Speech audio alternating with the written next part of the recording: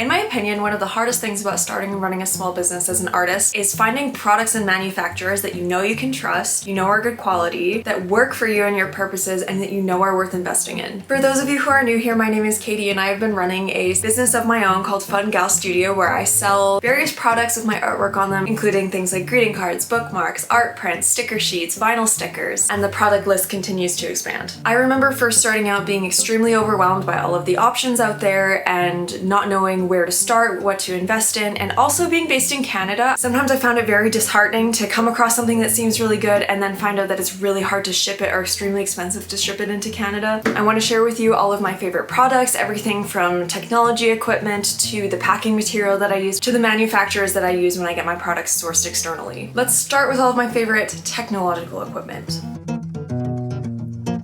A newer one that I'm very excited about is this MUNBYN thermal printer. This printer was actually gifted to me by MUNBYN. Thank you, MUNBYN. It's been incredibly easy to use. It has really streamlined my packing process. I can use it for making thermal prints of both my address labels if I'm sending something by letter mail and my shipping labels when I'm shipping through companies like UPS or Canada Post. It was extremely easy to get it unpacked and set it up, and it has made my packing process so much easier. So I'm very grateful to have this, and I would definitely recommend it. This is something I would say if you're just starting out, you don't need it right away. I've been doing this for 3 years and I am only just starting to really need one of these, so don't let this be something that you prioritize right off the bat unless you anticipate for whatever reason you're going to have a really high volume of online orders, which if you are, amazing for you. That was not the case for me. Even still, I have weeks and months where orders are really slow. It's just how it is. The next very vital piece of equipment in my studio that I want to talk about is my Epson printer. I decided to invest in a higher end Epson EcoTank printer a couple of years ago. It's the Epson ET-8550, and I have had absolutely no regrets about it. It was an extremely big investment, but I cannot tell you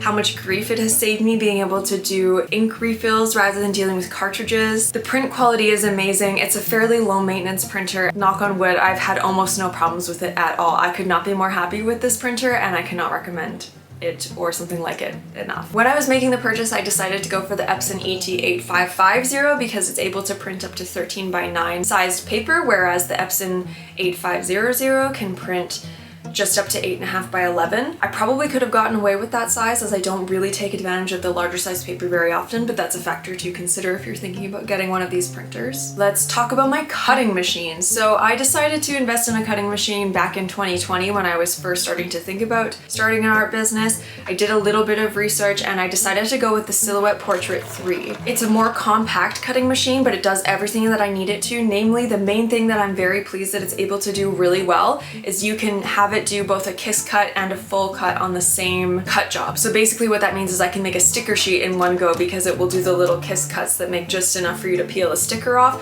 for all of your sticker designs, and then it will do a full cut all the way around the outside edge of your sticker sheet. It's been extremely reliable for me for the most part. I find cutting machines in general are just incredibly finicky, but once you kind of get the hang of your machine and its quirks and stuff, it goes pretty smoothly, and I overall have been very happy with my Silhouette. It gets the job done. I love it. Another piece of equipment I could not go without is my laminator. I invested in one of these about a year ago because I wanted to start making bookmarks that were higher quality than just a paper bookmark, as I had been doing for a while, and the laminator has definitely allowed me to do that. Using matte laminator sheets is exactly what my bookmarks needed to really level up their quality. Make sure to pay attention when you purchase your laminator what size you need. I ended up getting a larger size in case I ever wanted to put through anything bigger than an 8.5x11 sheet of paper, but in most cases you probably don't need that. I honestly don't really need it. I have a Fellows brand laminator, as that was just what I found for a good price on Amazon. I didn't pick that brand for any particular reason, and I have found that the best quality laminating sheets that have worked the best for me are the matte laminator sheets from Uline. I've tried a couple different ones from Amazon, various places like that, and they haven't been as good quality. One of the biggest and steepest learning curves for me and making good quality printed products was learning that making a good print is just as much about the paper as it is about the printer. So as I mentioned, I am extremely happy with my Epson printer, but there was one point where I was really frustrated with it because I didn't understand why I was getting prints that weren't very good quality when I had just invested in such a good quality printer. And I've learned through trial and error that if your paper doesn't have the capacity to hold your ink, it doesn't matter how good your printer is. Otherwise, it's just not going to be able to make a good quality print. And speaking of that, let's segue into talking about paper. I am by no means any kind of expert on paper. I have completely taught myself based on what I've learned through trial and error in running my own little business. But the number one thing I've learned to look for is GSM. And in my experience, understanding what GSM is very confusing because you read different definitions of it in different places. But it's basically the higher the number means that the better resolution of a print that the paper can print. That's not a great definition of it, but that's just the way that I make sense of it in my head, and when I look at the number, how I know whether it's going to be a good print or not. So let me show you a few of my favorite papers that have worked really reliably for me. One of my ride or die papers has been the Staples Ultra Premium Photo Paper in Matte. I have gone through countless packages of this paper. Compared to a lot of the other stuff that's available on the market, it prints in incredibly high resolution. It's a really, really good price at about $23 Canadian for a package of 50. And also it's double-sided, so I'm able to do double-sided products like my bookmarks with no problem. One downside of it is that it's a 61-pound cardstock, which means that it's thicker than a regular piece of copy paper, but it's not as thick of a stock as you would want for something like a greeting card. It works great for my bookmarks because I end up laminating those in the long run, so you don't need something particularly thick anyways. And it also works great for my prints because I'm not necessarily concerned with how thick the paper is for my prints. However,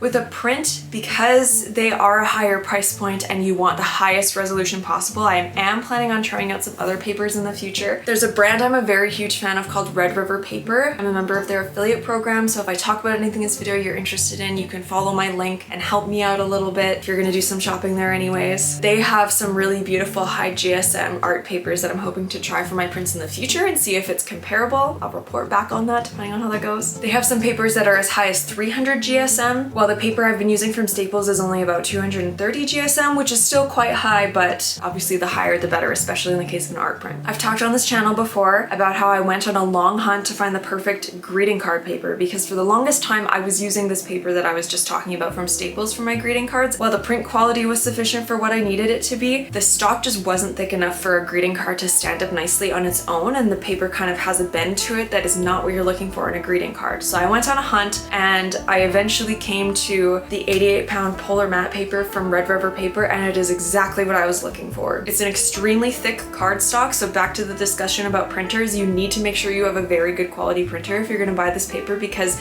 even my high-end Epson printer gets jammed with this paper every now and then, which is extremely frustrating, but it is the perfect stock thickness for a greeting card in my opinion, and the print quality is beautiful. There are also lots of really great manufacturers for greeting cards. I just find greeting cards are quite expensive when you're ordering them from a manufacturer compared to what you pay if you're making them at home. So my personal opinion is if greeting cards are going to be a big part of your business, I would recommend investing in a printer and getting your own paper, because even though there's a lot more labor involved in the printing and the cutting and scoring of the cards, overall it's way more cost effective. Another product from Red River Paper that I am a huge fan of is their matte sticker paper. I only switched over to this sticker paper a couple of months ago, but it has done wonders for my sticker game. It's a matte coated paper, so while it's not waterproof, it's very durable, you can write on it, and the print quality is amazing, which is exactly what you're looking for in a homemade sticker. It's also quite a good price, even with the exchange rate between Canada and the US. And while I'm on that topic, I will bring up that is my one beef with Red River Paper, is the shipping is very expensive